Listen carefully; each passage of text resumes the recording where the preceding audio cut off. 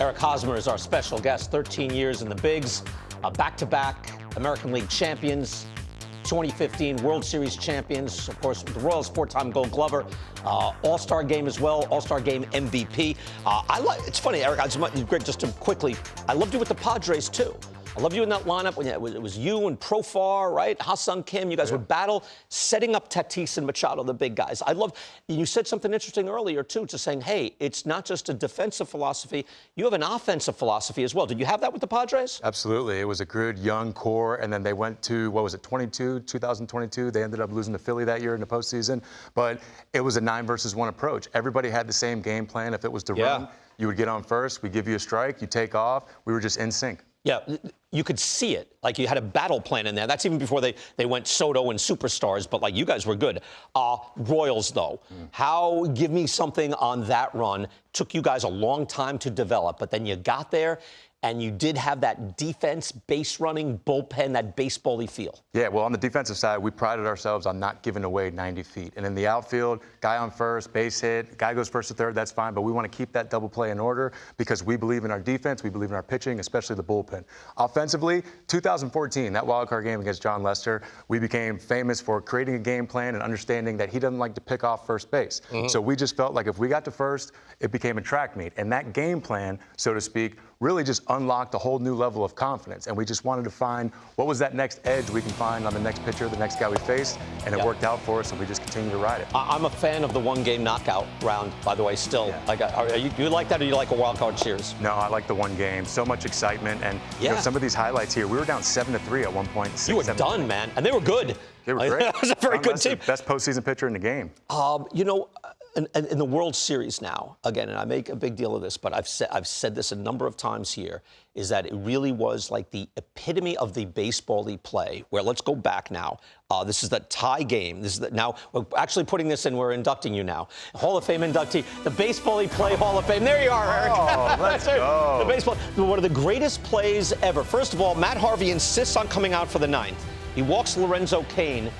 You get up, you double from there, and then this play. Grounder, David Wright over, normal play, Lucas Duda throwing, and somehow you're in. I was at Citi Field. I remember to this day the collective gasp when you broke. All right, when did you know you were going to be doing this? I did. To be completely honest with you, BK, it might be better to be lucky than good sometimes because to me, when I look back on it, I wish I would have got a little more as David Wright was more towards shortstop. But he would have turned, if you had done that, he would have turned back to you. Correct, and nobody at third base, so it might have worked out. But you had to pull a string just enough, but not too far, right? Like you understood that spatially. Correct, and that was our game plan as an offense. Base running, we want to take full advantage of these guys. David Wright, he was a little hurt that year. I know he was going through it with his shoulder. Right. Duda wasn't all that comfortable, used to first base, so we wanted to put pressure any way we can. Look at this. Again, now not a good throw, but you were beating that. And it's easy to look back now and say, yeah, no, he made that dash and he scored all that. At the time, it wasn't even on the table. You know what I mean? Like when you broke, nobody I was with, at the stadium, was thinking, hey, he might score on a ground ball. Like, not if it's been collected by a fielder. No, like, nobody expecting it. But you got to think, BK, when you're going up against Jacob deGrom, Matt Harvey, Noah Syndergaard, we felt like we can't just sit in there and try and slug against these guys. We got to find different ways to create runs. The mental math of what are the odds of me scoring or getting thrown out? And then what are the odds of, was it Salvador Perez up next? Like getting a base hit, he'd been hit, he was kind of hurt. Like that all goes into the calculus, right? Yeah, it does. And I think a little bit of what made me go, we had a 3-game-to-1 lead, kind of playing with house money, so to speak. Right. So maybe that gave me a little instinct to head home. It's an all-time great play. Another baseball-y play. You had a base hit, Game 6 of the League Championship Series, right? This is Lorenzo Cain. Lorenzo Cain, man, was great at his peak. Oh, man. And he's on first base, right? So he's taking off. Batista throws to second. He's scoring. I tell you what, I was the beneficiary of a lot of lucky RBIs like this because I hit behind Lorenzo Cain. But this is a credit to Mike Jerschley and the base running coach of the Kansas City Royals because he understood you got to continue to run. And Jose Batista threw this ball to second base, and the second baseman or whoever's covering second, the shortstop, is not expecting Cain to go home, and he kept waving him home. You know, I also in that World Series, you weren't the MVP, but I think we have an improper understanding of what value is. At least we did then, because in Game 1, you had the sac fly in Game 1. Game 2, you had the go-ahead single off deGrom in the 5th inning. Game 4, you hit the ball that Daniel Murphy booted, so you made contact, keyed the comeback, and then in Game 5, you had the double off Harvey, and you scored the baseball run. You led the Royals in win probability added. but they looked at, I think, Salvador Perez and said, hey, he hit 300, slugged 500, and that won. But did you have an understanding of, you were like Joe Morgan, like, I'm going to make little plays here and there, they're going to win these games? Yeah, I felt like I didn't have one hit with bases empty, and all my hits came with runners on scoring position and runners on base, which is nice. But Salvador Perez, he maintained, he called great games back there. He led the bullpen, led the starting staff. He did all of that. But at the end of the day, I remember in 2014, same thing against the Giants when we lost. If you looked at all of their stats, there wasn't really one or two guys that hit 300. It was timely hits. They're getting guys over. They're cashing in on those opportunities with guys on third, less than 2 outs. And in October, postseason baseball, those are the opportunities you can't miss.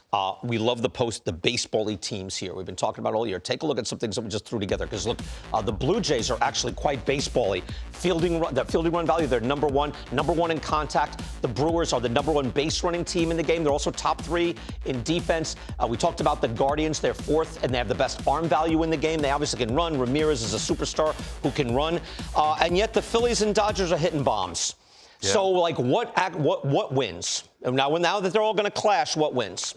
Just not being one-dimensional, having the ability to adjust. When I watched Detroit-Cleveland the other night, Terry Skubal, you saw him throw 101 miles an hour up and into a righty and then dots his changeup. So to me, that's an in-game adjustment Cleveland made, saying, hey, this guy's got his A stuff tonight. Let's play some small ball. Let's do some things to get him out of his rhythm. If you're just going up there trying to slug and Terry Skubal has that stuff, he's not going to get out of his rhythm. So I loved seeing Cleveland adjust that game plan mid-game. That's a good point. I saw the Brewers do that to Paul Skeens. Yes. Because it was on in the afternoon. I remember I wasn't watching the game, and I go, wow, they lit up Paul Skeens. They didn't light him up. They were dinking and dunking him. They got 4 or 5 runs off him. Yeah, and maybe they face a guy the next day who they see well, and that's when you're going to sit there and slug and not be on the bases. The Brewers, Pat Murphy, to me, he's been successful at college, AAA, and now the big leagues. There's something to be said about that. He's an incredible manager. I wonder how much, take a look at this, how much is the home run rate, right? Because we've seen it, like 2014 and 2015, the home run rate went down to .86. That's team home runs per game, .86 and then 1.01.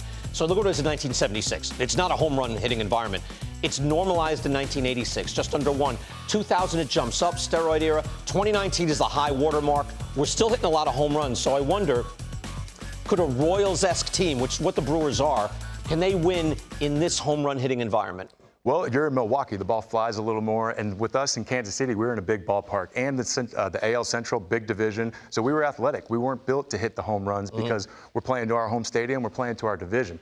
But we had that ability to adjust. We went to Baltimore, and I remember first couple games in Baltimore that year in 2014, we hit a couple home runs, and everyone's like, whoa, what's going on? Why'd you guys decide to hit home runs all of a sudden? And it's like, no, we're standing here in Baltimore. This park plays a little more in favor of the home run. So you just got to have that ability as an offense to adjust, adapt, and whatever that game plan, whatever the other team's holes are, you got to be able to exploit them. Right. So you go next level baseball here with your awareness, intellect, attacking what is in front of you, what you're dealing with on a daily basis. Correct. And you have to have that ability to flip the script, be able to do a different game plan night in and night out. I'm feeling pretty good about myself, BK. This is the Hall of Pretty Good and the Hall of Baseball League, all in the same year. I'm racking up the accolades. Congratulations on your induction and that you're well earned. You fit in here anytime. You fly in here anytime. You're not too far away, right? Easy drive. Drive. It's good stuff.